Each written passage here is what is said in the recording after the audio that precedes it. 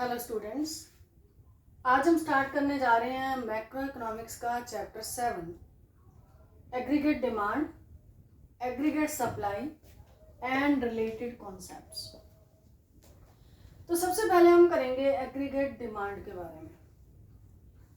ये जो चैप्टर 7, 8, 9 है, ये पूरी की पूरी यूनिट है 3 चैप्टर्स की और काफ़ी क्वेश्चन आते भी हैं इसमें से। तो सबसे पहले हम करेंगे एग्रीगेट डिमांड के बारे में। इसको हम डिनोट करेंगे एडी से। एग्रीगेट डिमांड क्या है? एग्रीगेट डिमांड का मीनिंग कोई पर्टिकुलर गुड या सर्विस की टोटल डिमांड से नहीं है, जैसा कि आपने माइक्रो में स्टडी किया था, market demand for a commodity.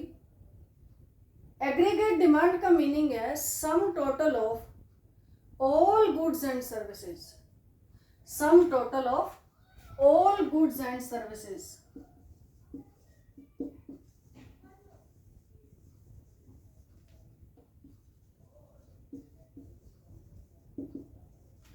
which are demanded, जिनकी डिमांड की जाती है ड्यूरिंग एन अकाउंटिंग ईयर, पूरे साल में।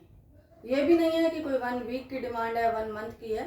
पूरे अकाउंटिंग ईयर में एक इकोनॉमी में जितनी टोटल डिमांड की जा रही है गुड्स और सर्विसेज की एक कंट्री में, उसे हम कहते हैं एग्रीगेट डिमांड। अब ये जो एग्रीगेट डिमांड है, इसका मेजरमेंट हम अकाउंटिंग ईयर में करते हैं, ये मैंने आपको पहले ही बता दिया है। और दूसरा, इसको हम या तो कर सकते हैं इसका रिलेशन जनरल प्राइस लेवल के साथ या फिर इनकम के साथ। एग्रीगेट डिमांड का रिलेशन हम जनरल प्राइस लेवल के साथ भी स्टडी कर सकते हैं और इनकम के साथ भी स्टडी कर सकते हैं। जनरल प्राइस लेवल मैंने क्यों बताया?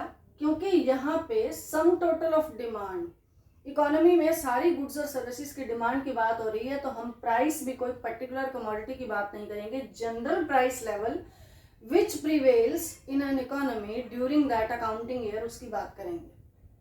तो एग्रीगेट डिमांड का मेजरमेंट अगर जनरल प्राइस लेवल के साथ किया जाए तो इसका नेगेटिव रिलेशनशिप होगा कि प्राइस गिरेगी तो एग्रीगेट डिमांड बढ़ेगी और प्राइस बढ़ेगी तो एग्रीगेट डिमांड कम होगी। तो ऐसे में जो एग्रीगेट डिमांड कर्व बनेगा वो नेगेटिवली स्लोप्ड बनेगा। दूसरा, हम एग्रीगेट डिमांड को स्टडी कर सकते हैं इनकम के साथ, मेजर कर सकते हैं इनकम के साथ। कैसे?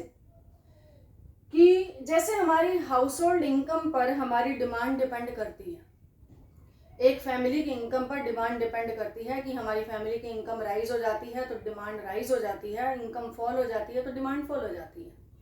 सिमिलरली एक कंट्री की जो एग्रीगेट डिमांड है वो इनकम पर डिपेंड करती है। इनकम का लेवल अगर उस इकोनॉमी में, अगर कंट्री में राइज होगा तो एग्रीगेट डिमांड भी राइज होगी, और अगर इनकम का लेवल फॉल होगा तो एग्रीगेट डिमांड भी फॉल होगी। अब आपके सिलेबस में एग्रीगेट डिमांड का जनरल प्राइस लेवल के साथ क्या रिलेशन है हम ये नहीं देखेंगे, क्योंकि नहीं है। एग्रीगेट डिमांड इनकम से कैसे रिलेटेड है ये आपके सिलेबस का पार्ट है, तो आगे भी हम इसी को ही स्टडी करेंगे। एक और बात, एग्रीगेट डिमांड का जो मेजरमेंट है वो क्वांटिटेटिव टर्म्स में नहीं किया जाएगा।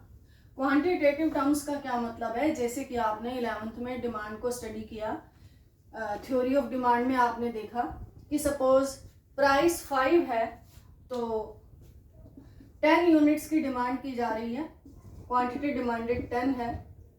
अगर प्राइस 4 हो जाती है तो क्वांटिटी डिमांडेड 20 हो जाती है। तो आपने जो ये डिमांड को स्टडी किया था वो यूनिट्स में किया था, क्वांटिटी में किया था। यहाँ पे जो हम एग्रीगेट डिमांड को स्टडी करने जा रहे हैं वो क्वांटिटेटिव टर्म्स में नहीं, बल्कि एग्रीगेट एक्सपेंडिचर की टर्म्स में हम स्टडी करेंगे। एग्रीगेट एक्सपेंडिचर,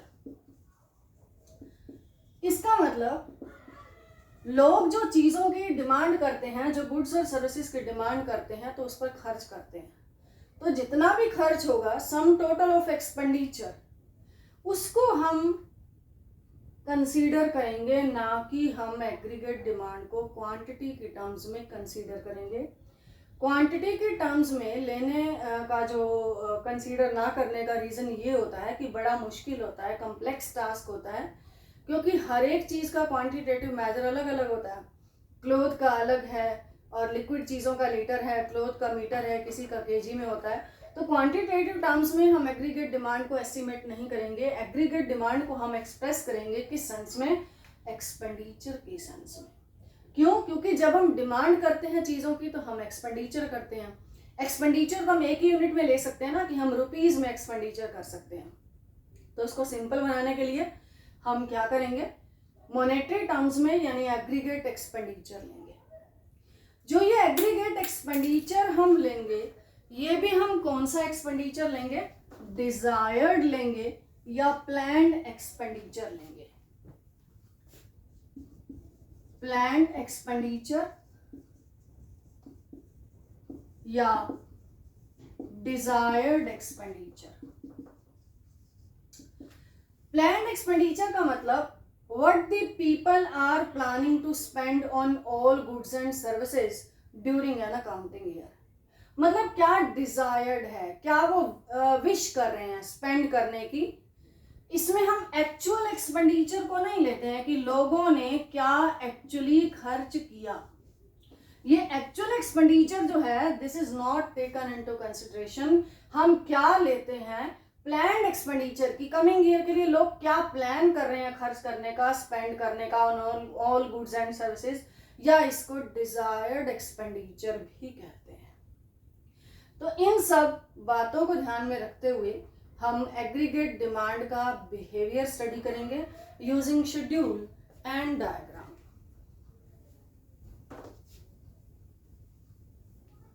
एग्रीगेट डिमांड के शेड्यूल बना रहे हैं हम।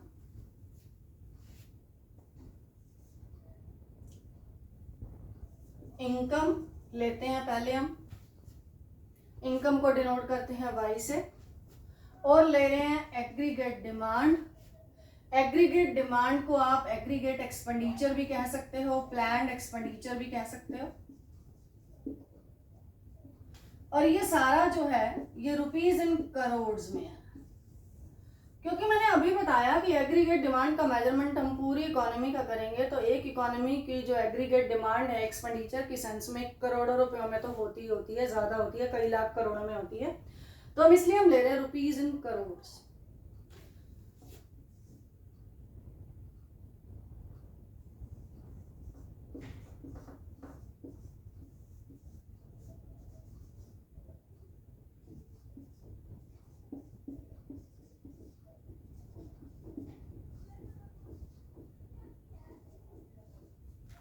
ये शेड्यूल बनाया मैंने।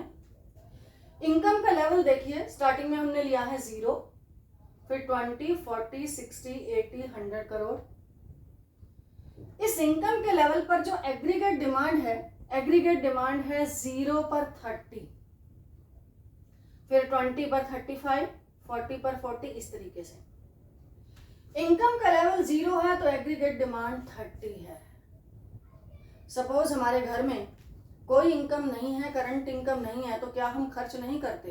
हम खर्च करते हैं, मिनिमम खर्च करते हैं कंजम्पशन पर, क्योंकि सरवाइव करने के लिए हमें मिनिमम खर्च करना ही होता है। इसी तरीके से इकोनॉमी की बात करें कि अगर इकोनॉमी में इनकम का लेवल 0 है तो इकोनॉमी में रहने वाले लोग कुछ मिनिमम खर्च तो करेंगे, चाहे इनकम का लेवल 0 ही क्यों ना हो। तो वो जो मिनिमम एक्सपेंडिचर जो सरवाइव करने के लिए करते हैं वो 30 करोड़ है। इसके बाद इनकम राइज होती है, एग्रीगेट डिमांड भी राइज होती है। इस लेवल पर आप देखेंगे कि 40 और 40 इनकम और एग्रीगेट डिमांड का लेवल जो है वो सेम है। यहां पर इनकम और एग्रीगेट डिमांड दोनों एक दूसरे के बराबर है। इसके बाद आप क्या देख रहे हो कि as income rises aggregate demand also rises. Aggregate demand भी बढ़ रही है, लेकिन एग्रीगेट डिमांड के जो बढ़ने का रेट है वो इनकम के बढ़ने के रेट से कम है, यानी aggregate demand lags behind the level of income. तो ये एग्रीगेट डिमांड का बिहेवियर है। 0 इनकम के लेवल पर कुछ ना कुछ मिनिमम कंजम्पशन एक्सपेंडिचर होता है, इसलिए एग्रीगेट डिमांड का लेवल है, लोग खर्च कर रहे हैं। फिर जैसे इनकम बढ़ रही है एग्रीगेट डिमांड भी बढ़ रही है। इस लेवल पर देखिए इनकम और एग्रीगेट डिमांड दोनों एक दूसरे के बराबर हैं, लेकिन इसके बाद आप देखिए इनकम बढ़ रही है लेकिन एग्रीगेट डिमांड कम बढ़ रही है, क्योंकि after reaching a certain level of income people tend to save a part of their income. लोग बचत करते हैं, उस इनकम में से बचाते हैं, फ्यूचर के लिए बचाते हैं, इसलिए एग्रीगेट डिमांड जो है वो इनकम से कम है। अब इसी को ही हम देखेंगे डायग्राम से।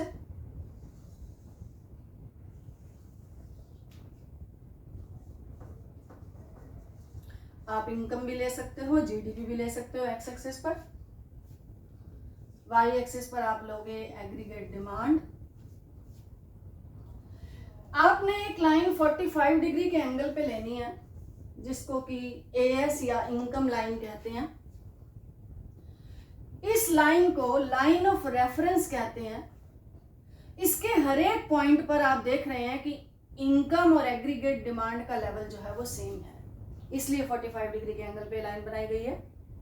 और बाद में आप देखेंगे भी एग्रीगेट सप्लाई कर्व जो है वो इस तरीके का क्यों बनता है, बाद में जब एग्रीगेट सप्लाई आपको कराया जाएगा। यहाँ 45 डिग्री के एंगल पर बनी है, इसका मतलब इसके हर एक पॉइंट पर, सपोज हम ये पॉइंट ले रहे हैं, इस पॉइंट पर एक्स एक्सिस का इनकम जितना है एग्रीगेट डिमांड भी उतनी है। इस पॉइंट पर लेते हैं जितनी जो है इनकम है उतनी एग्रीगेट डिमांड है। यानी इन पॉइंट्स को अगर आप ज्वाइन करोगे तो ये लाइन जो है वो इस तरीके से बनेगी। दिस इज कॉल्ड इनकम या एएस, एग्रीगेट सप्लाई। अब हम बनाते हैं AD curve, aggregate demand curve. Aggregate demand curve schedule में आपने देखा कि इनकम अगर 0 है तो कुछ ना कुछ एग्रीगेट डिमांड का लेवल है। एग्रीगेट डिमांड जो है वो 30 करोड़ है। सपोज ये 30 करोड़ जो वो यहाँ पे स्टार्ट होता है, ये 10 है, 20 है, 30 है, 30 करोड़ यहाँ से स्टार्ट होता है। आप बिल्कुल इसी शेड्यूल के अकॉर्डिंग अगर डायग्राम बनाएंगे तो आपका जो एडी कर्व बनेगा, AD curve will be like this. AD means aggregate demand curve. AD curve आपका बनेगा ऐसे। अब आप क्या देख रहे हैं कि एडी और इनकम में जो इक्वालिटी हुई है वो यहां पर हुई है, यहां पर हुई है। ये शेड्यूल के अकॉर्डिंग ये वाला लेवल है 40 और 40, यानी इनकम और एडी प्लान्ड एक्सपेंडिचर जो है वो दोनों एक दूसरे के बराबर हैं। इससे पहले आप देख रहे हैं एग्रीगेट डिमांड ज्यादा है, ये वाला पोर्शन देखिए, प्लान्ड एक्सपेंडिचर ज्यादा है और इनकम का लेवल जो है वो कम है। इनकम 0 पर ये minimum level of aggregate demand जो कि 30 है, मिनिमम लेवल जो मैंने बताया कि लोग खर्च करते हैं सरवाइव करने के लिए, 0 पर 30 है। इसके बाद आप क्या देख रहे हैं कि इनकम राइजेस, प्लान्ड एक्सपेंडिचर या एग्रीगेट डिमांड ऑल्सो राइजेस, बढ़ रही है। इस पॉइंट पर आप क्या देख रहे हैं, 40 और 40, इनकम और एग्रीगेट डिमांड एक्सपेंडिचर जो है वो दोनों एक दूसरे के बराबर हैं। उसके बाद आप क्या देख रहे हैं कि इनकम राइज हो रही है, ये देखिए इनकम राइज हो रही है, लेकिन एग्रीगेट डिमांड जो है वो बढ़ तो रही है लेकिन उतने रेट से नहीं बढ़ रही है। इसके जो इंक्रीज होने का रेट है वो कम है, इसीलिए इसमें एग्रीगेट डिमांड कर्व नीचे है। इससे एग्रीगेट सप्लाई से इस पॉइंट के बाद aggregate demand lags behind the level of income, पीछे रह जाती है। अब इसी डायग्राम को थोड़ा डिटेल में देखते हैं हम।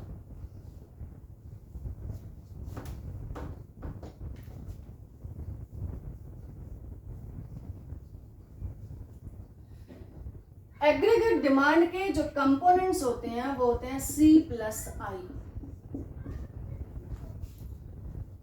C का मतलब कंजम्पशन एक्सपेंडिचर, I का मतलब इन्वेस्टमेंट एक्सपेंडिचर। आगे जाकर इसको ज्यादा डिटेल में बताया गया है, फिलहाल आप यही समझिए AD is equal to C+I। इसके बाद आगे जाकर मैं आपको डिटेल में बताऊंगी कि C+I कैसे है। AD is equal to C+I, C means consumption expenditure, I means investment expenditure. अब अगर डायग्राम में हम कंजम्पशन और इन्वेस्टमेंट कर्व दोनों को लेते हैं,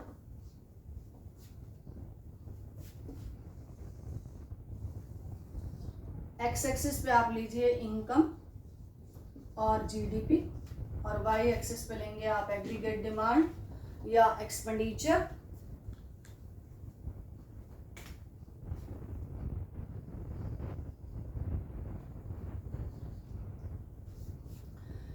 अब एग्रीगेट डिमांड के कंपोनेंट्स जो है वो सी प्लस आई है। C means consumption, I means investment. ये जो पूरा का पूरा एनालिसिस है एग्रीगेट डिमांड सप्लाई, ये दिया है जेएम केन्स ने, इकोनॉमिस्ट का नाम है जेएम केन्स।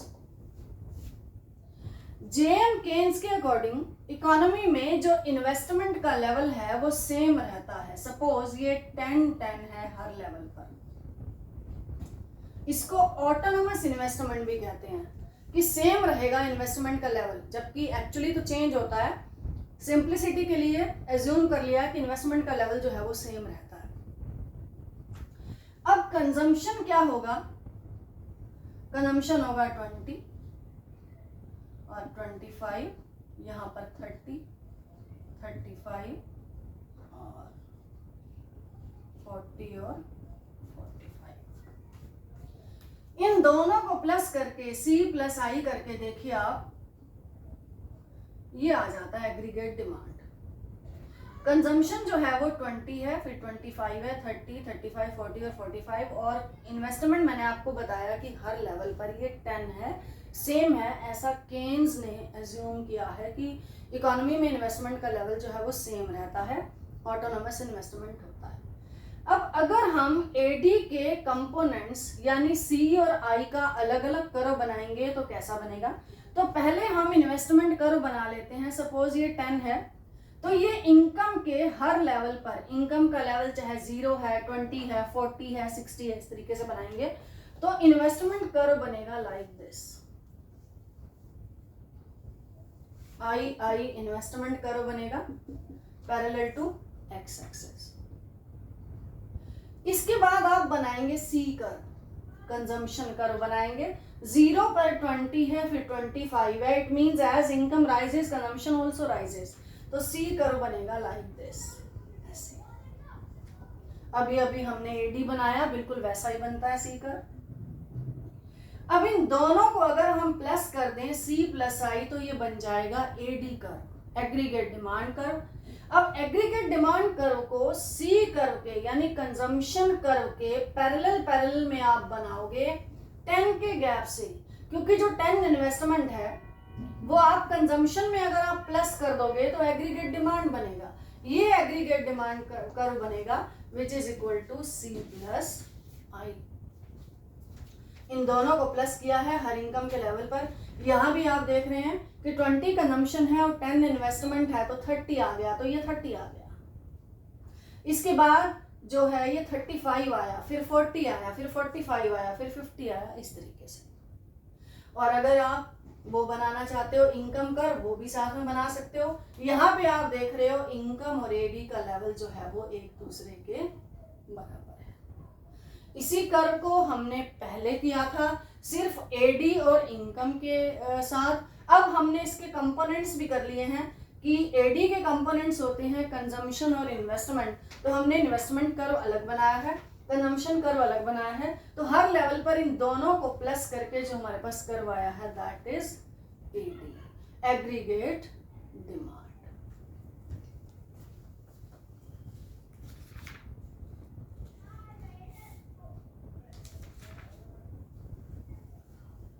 आगे हम करने जा रहे हैं components of aggregate demand.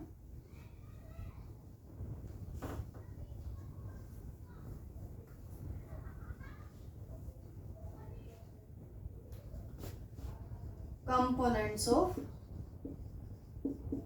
Aggregate demand.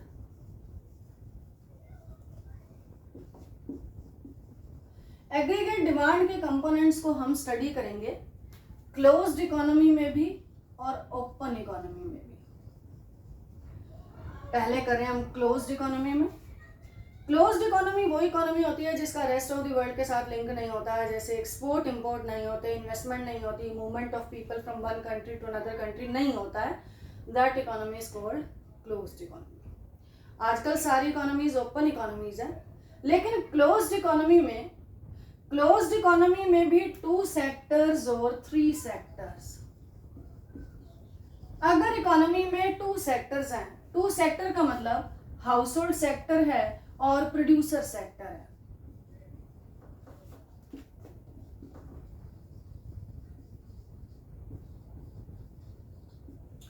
तो हाउस होल्ड सेक्टर का काम क्या है? House hold sector is also called consumer sector. Consume करता है, गुड्स और सर्विसेज परचेज करेगा। तो हाउस होल्ड सेक्टर का जो एक्सपेंडिचर होगा उसको हम डिनोट करेंगे सी से। और प्रोड्यूसर सेक्टर क्या करता है? प्रोड्यूसर सेक्टर गुड्स और सर्विसेज को प्रोड्यूस करता है, प्रोड्यूस करने के लिए खर्च करता है। तो जो खर्च करता है उसे हम कहते हैं इन्वेस्टमेंट एक्सपेंडिचर। तो एग्रीगेट डिमांड के कंपोनेंट क्लोज्ड इकोनॉमी में जहां पर 2 सेक्टर्स हैं, 2 सेक्टर यानी कि हाउस होल्ड सेक्टर है, प्रोड्यूसर सेक्टर है, गवर्नमेंट सेक्टर का कोई रोल नहीं है, तो वहां पर एडी के कंपोनेंट बनते हैं C+I। केन्स ने क्योंकि आगे जाकर एडी के इन्हीं 2 कंपोनेंट के बेस पे ही सारा स्टडी किया है, सारा एनालाइज किया है, तो इसलिए हम इसको अंडरस्टैंड कर रहे हैं कि एडी के ये मेन 2 कंपोनेंट C+I जो कि क्लोज्ड इकोनॉमी में होते हैं, सिंपल इकोनॉमी में होते हैं। इसके बाद अगर इसी इकोनॉमी में, क्लोज्ड इकोनॉमी में हम गवर्नमेंट को ऐड कर लें, इसका मतलब 3 सेक्टर अगर हो जाए, क्लोज्ड इकोनॉमी भी कितनी? 3 सेक्टर इकोनॉमी, तो गवर्नमेंट सेक्टर को और ऐड कर लेते हैं। तो कितने सेक्टर बने? House hold sector, producer sector and government sector. तो हाउस होल्ड सेक्टर का जो एक्सपेंडिचर है उसको हम डिनोट करेंगे सी से। प्रोड्यूसर सेक्टर के एक्सपेंडिचर को डिनोट करेंगे हम आई से। प्लस में गवर्नमेंट सेक्टर, अगर गवर्नमेंट सेक्टर भी है, 3 सेक्टर इकोनॉमी है, क्लोज्ड इकोनॉमी है, तो गवर्नमेंट सेक्टर के एक्सपेंडिचर को हम डिनोट करेंगे जी से। गवर्नमेंट जो है वो कंज्यूम भी करती है, कलेक्टिव कंजम्पशन के लिए भी खर्च करती है और प्रोड्यूस भी करती है, रोड्स, डैम, स्कूल्स, हॉस्पिटल वगैरह। तो गवर्नमेंट वाले एक्सपेंडिचर में दोनों एक्सपेंडिचर आते हैं, कंजम्पशन भी और इन्वेस्टमेंट भी। कलेक्टिव कंजम्पशन के लिए जैसे हॉस्पिटल में मेडिसिन है, डिफेंस के लिए खाना है, यूनिफॉर्म है, ये कलेक्टिव कंजम्पशन एक्सपेंडिचर है। और इन्वेस्टमेंट एक्सपेंडिचर जैसे मैंने बताया, roads, dams, buildings, schools, offices, ये इन्वेस्टमेंट एक्सपेंडिचर है। तो 3 सेक्टर इकोनॉमी में एडी के कंपोनेंट बनते हैं C+I+G। C यानी household consumption expenditure, I investment expenditure and G government expenditure. अब सपोज इकोनॉमी जो है वो क्लोज्ड नहीं है, ओपन इकोनॉमी है। एग्रीगेट डिमांड के कंपोनेंट्स डिस्कस कर रहे हैं हम क्लोज्ड और ओपन इकोनॉमी में। अब हम ओपन इकोनॉमी की बात करें, सारी इकोनॉमीज आजकल जो है ओपन इकोनॉमी है। ओपन इकोनॉमी वो होती है जिसका रेस्ट ऑफ द वर्ल्ड के साथ export, import, investment, movement of capital सब होता है। तो ओपन इकोनॉमी में इन 3 सेक्टर्स के अलावा एक और सेक्टर, कौन सा sector? Rest of the world.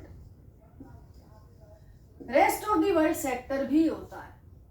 Rest of the world क्यों कहते हैं? अब जैसे हमारी इकोनॉमी है या हमारा कंट्री है, उसके अलावा जितने भी कंट्रीज हैं वो हमारे लिए रेस्ट ऑफ द वर्ल्ड है।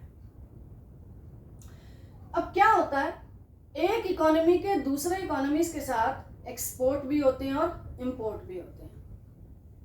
अगर हम हमारे देश में बनी हुई चीजें बाहर बेच रहे हैं, सेल कर रहे हैं, तो इसे एक्सपोर्ट कहते हैं। अगर हम बाहर के देशों से खरीद रहे हैं तो इसे हम इंपोर्ट कहते हैं। तो जो एडी के कंपोनेंट बनेंगे ओपन इकोनॉमी में, AD is equal to 3 sectors तो मैं ऑलरेडी आपको बता चुकी हूं, household sector, producer sector और गवर्नमेंट सेक्टर। तो उनके कंपोनेंट्स एज इट इज लिख लेते हैं C+I+G। अब 4th sector rest of the world sector.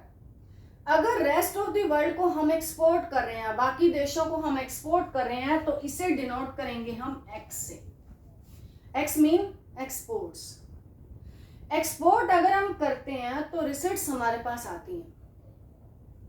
अब ये एग्रीगेट डिमांड में क्यों इंक्लूड हो रहा है?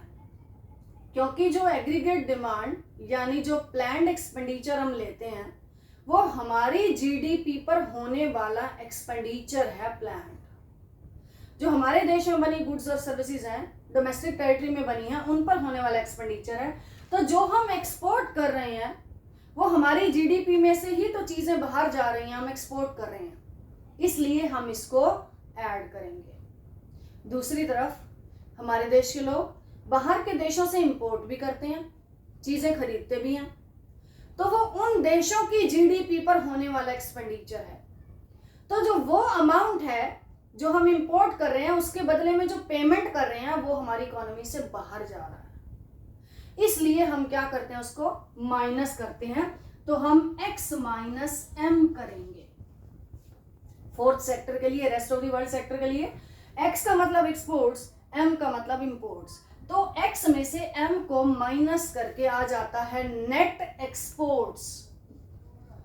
अब ये नेट एक्सपोर्ट्स जो है ये पॉजिटिव भी आ सकता है और नेगेटिव भी आ सकता है। पॉजिटिव कब आएगा, जब हमारे एक्सपोर्ट्स ज्यादा होंगे, इंपोर्ट्स कम होंगे, और नेगेटिव कब आएगा, जब एक्सपोर्ट्स कम होंगे और इंपोर्ट्स ज्यादा होंगे। तो एग्रीगेट डिमांड के 4 कंपोनेंट्स हैं, C plus I plus G plus x minus m। अगर आपको सिंपली क्वेश्चन पूछा जाए कि explain the components of aggregate demand, कुछ भी नहीं लिखा हो, क्लोज्ड इकोनॉमी, ओपन इकोनॉमी, तो आपको ये चारों कंपोनेंट्स इस तरीके से क्वेश्चन में देकर एक्सप्लेन करने हैं। कैसे एक्सप्लेन करने हैं? हाउस होल्ड कंजम्पशन एक्सपेंडिचर, ये डिपेंड करता है डिस्पोजेबल इनकम पर, लोगों की डिस्पोजेबल इनकम। डिस्पोजेबल इनकम मतलब जो टैक्स वगैरह देने के बाद जो बच जाती है, जितने डिस्पोजेबल इनकम ज्यादा होगी कंजम्पशन एक्सपेंडिचर उतना ज्यादा होगा, और जितने डिस्पोजेबल इनकम कम होगी कंजम्पशन एक्सपेंडिचर कम होगा। आई investment expenditure, investment expenditure depend करता है लोगों की इनकम पर और रेट ऑफ इंटरेस्ट पर। जिस रेट ऑफ इंटरेस्ट से इन्वेस्टर्स पैसा उधार लेते हैं, अगर वो कम है तो इन्वेस्टमेंट ज्यादा होगा, अगर रेट ऑफ इंटरेस्ट ज्यादा है तो इन्वेस्टमेंट कम होगा। आगे है गवर्नमेंट एक्सपेंडिचर। गवर्नमेंट एक्सपेंडिचर जरूरी नहीं है कि इकोनॉमी में जो है इनकम के लेवल पर, डिमांड के लेवल पर डिपेंड करे। कई बार गवर्नमेंट जो है वो ज्यादा खर्च भी करती है, जितनी उसकी रिसिट्स नहीं होती हैं उससे भी ज्यादा खर्च करती है। ये डिपेंड करता है सर्कमस्टांसेस पर। x minus m, exports minus imports. Exports हमारे डिपेंड करते हैं कि हमारे प्रोडक्ट्स की इंटरनेशनल मार्केट में क्या डिमांड है और हमारे प्रोडक्ट्स की इंटरनेशनल मार्केट में क्या प्राइस है। कम प्राइस होती है, क्वालिटी अच्छी होती है तो एक्सपोर्ट्स ज्यादा होते हैं, एंड वाइस वर्सा। इंपोर्ट्स हमारे डिपेंड करते हैं कि दूसरे देश में बनी हुई चीजों की क्वालिटी कैसी है, उनकी प्राइस कैसी है, इस पर डिपेंड करते हैं इंपोर्ट्स। तो ये चारों कंपोनेंट्स हैं एग्रीगेट डिमांड के। लेकिन आगे जो हमने इसको फर्दर जो समझने के लिए एग्रीगेट डिमांड को, जैसे नेक्स्ट चैप्टर में हम इक्विलिब्रियम करेंगे, तो उसके लिए हम एडी के 2 ही कंपोनेंट लेंगे, C प्लस I। इसको सिंपल बनाने के लिए बाकी कंपोनेंट्स जो हैं वो केन्स ने इग्नोर कर दिए हैं। क्लियर? अब ये था एग्रीगेट डिमांड का बिहेवियर और एग्रीगेट डिमांड के कंपोनेंट्स। आगे हम करने जा रहे हैं एग्रीगेट सप्लाई।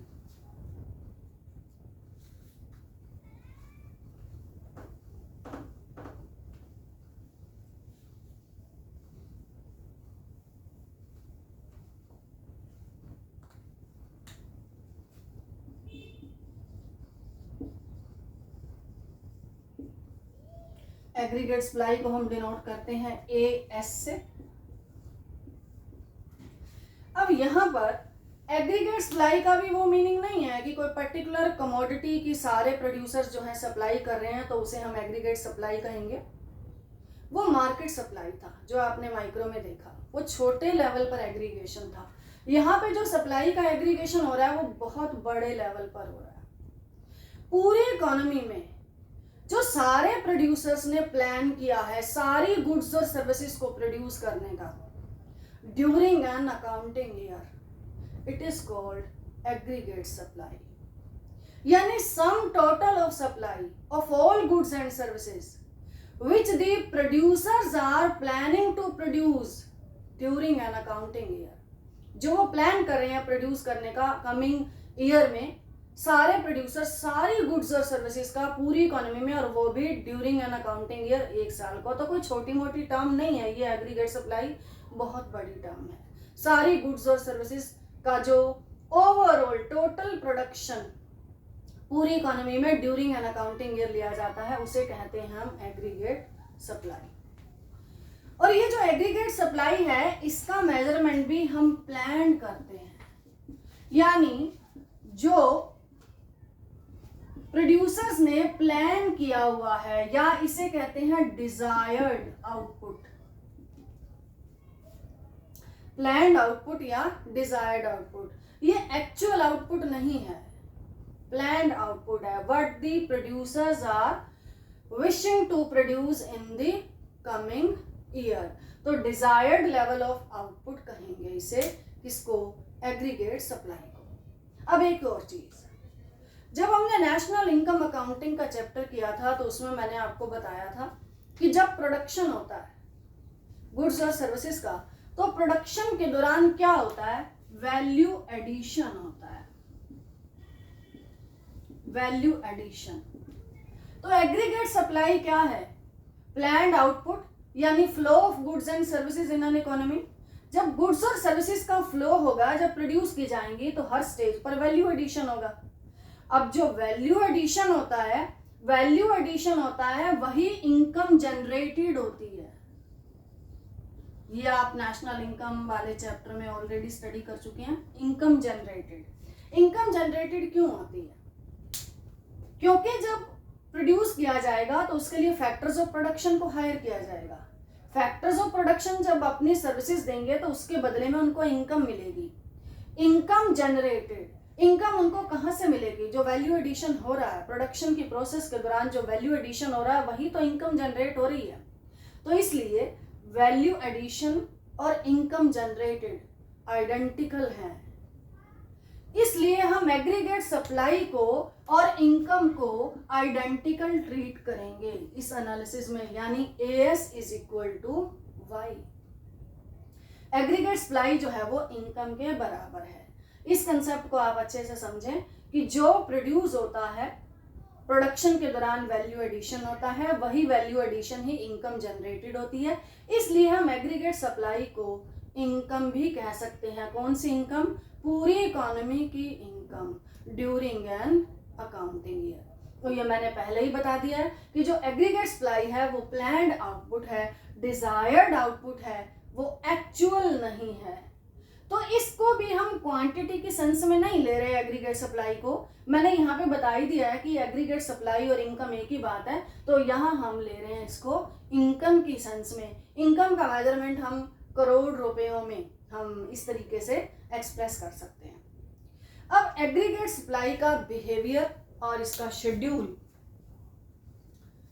स्टडी करेंगे हम।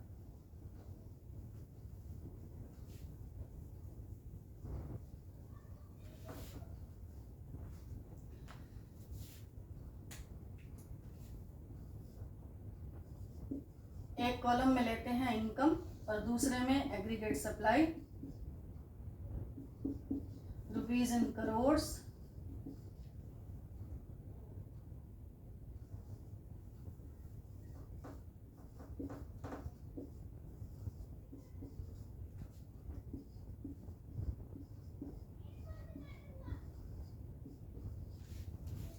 अब आप क्या देख रहे हैं कि बिल्कुल इक्वल है इनकम और एग्रीगेट सप्लाई। जो मैंने अभी अभी डिस्कस किया कि जो वैल्यू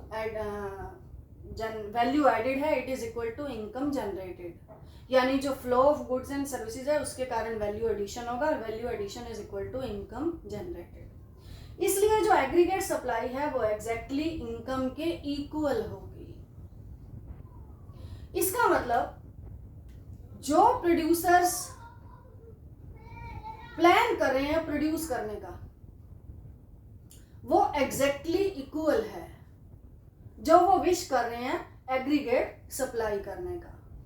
इसलिए वाई और एग्रीगेट सप्लाई दोनों जो है वो एक दूसरे के इक्वल हैं। हम इसको डायग्राम से देखेंगे। इनकम लेते हैं हम एक्स एक्सिस पे, यहां लेंगे हम एग्रीगेट सप्लाई। अब आप क्या देख रहे हैं, 0 इनकम है तो 0 एग्रीगेट सप्लाई है, 20 है तो 20 एग्रीगेट सप्लाई है। अगर हम इस तरीके से कर्व बनाएं, जैसे यहाँ भी 20 है, 40 है, 60 है, और इधर भी 20, 40, 60 इस तरीके से है, 20 पर 20, 40 पर 40 ऐसे, तो पॉइंट्स आएंगे इस तरीके से। तो जो आपका ज्वाइन करने से कर्व बनेगा एग्रीगेट सप्लाई या income curve, it will be like this. जो मैंने आपको एग्रीगेट डिमांड वाले में कराया था भी, ये इस तरीके से क्यों है, ये ऐसे बनता है क्योंकि इनकम और एग्रीगेट सप्लाई जो है वो दोनों एक दूसरे के बराबर है। अब केन्स क्या कहता है कि इकोनॉमी में एक्सेस कैपेसिटी है। एक्सेस कैपेसिटी यानी फैक्टर्स ऑफ प्रोडक्शन अवेलेबल हैं।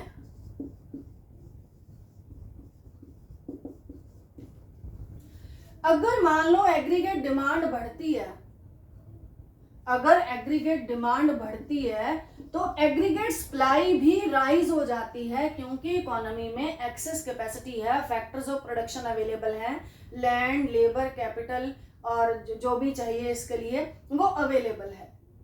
तो जितनी एग्रीगेट डिमांड बढ़ेगी एग्रीगेट सप्लाई भी उतनी ही बढ़ जाएगी। इसलिए क्या रहती है, प्राइस कांस्टेंट रहती है। अब जिस रेशो में डिमांड बढ़े, अगर उसी रेशो में सप्लाई बढ़ेगी तो प्राइसेस जो हैं वो उन पर कोई असर नहीं पड़ेगा, तो प्राइस क्या रहती हैं, कांस्टेंट रहती हैं। तो केन्स ये कहता है कि प्राइसेस को डिटरमिन करने में एग्रीगेट सप्लाई जो है वो इतनी इंपॉर्टेंट नहीं है। तो क्या इंपॉर्टेंट है, एग्रीगेट डिमांड। प्राइसेस को डिटरमिन करने में एग्रीगेट सप्लाई इतनी इंपॉर्टेंट नहीं है, क्योंकि एग्रीगेट सप्लाई तो बढ़ जाती है, जितना प्रोड्यूसर्स बढ़ाना चाहें बढ़ा सकते हैं, क्योंकि इकोनॉमी में एक्सेस कैपेसिटी है। और ये इकोनॉमी में एक्सेस कैपेसिटी क्यों है, फैक्टर्स ऑफ प्रोडक्शन जो है वो एक्सेस में क्यों है कि प्रोड्यूसर जो है वो जितना चाहे प्रोड्यूस कर सकते हैं, क्योंकि जब जेएम केन्स ने ये स्टडी किया तो उस टाइम इकोनॉमीज जो है वो डिप्रेशन की सिचुएशन में थी। डिप्रेशन यानी मंदी, तो अनएम्प्लॉयमेंट बहुत ज्यादा था, फैक्टर्स ऑफ प्रोडक्शन थे, एक्सेस कैपेसिटी थी, तो जितना डिमांड बढ़ती थी प्रोड्यूसर्स जो है वो उतना प्रोड्यूस कर सकते थे। इसलिए केन्स ने एज्यूम किया, ऐसी इकोनॉमीज को स्टडी किया कि जिनमें एक्सेस कैपेसिटी होती है, अगर एग्रीगेट डिमांड बढ़ती है तो एग्रीगेट सप्लाई भी उसी ही प्रोपोर्शन में बढ़ जाती है, इसलिए प्राइसेस जो हैं वो कांस्टेंट रहती हैं।